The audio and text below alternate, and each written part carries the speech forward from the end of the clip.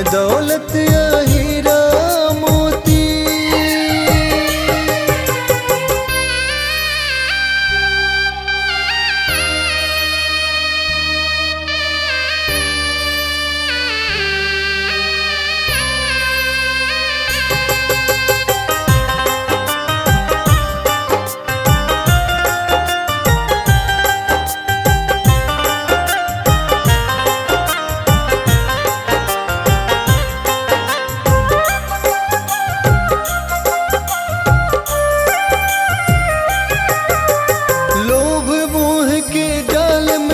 के मंजिल राह भुलैला, मुक्ति के सदमार्ग में सोनू कवनो काम न कैला।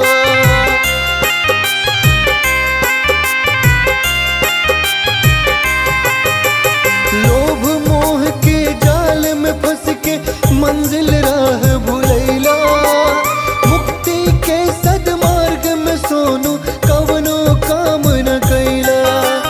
कहेल सानी चार पहरिया असर में बीत जई है रे, हर गुण गाए जा रे मनवा ऊहे पार लग